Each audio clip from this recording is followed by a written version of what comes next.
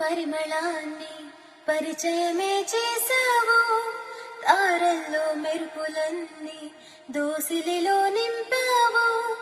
మబ్బుల్లో చినుకులన్నీ మనసులోన కురిపించావు. నవ్వుల్లో నవలోకాన్ని నా ముందే నిలిపినావుగా.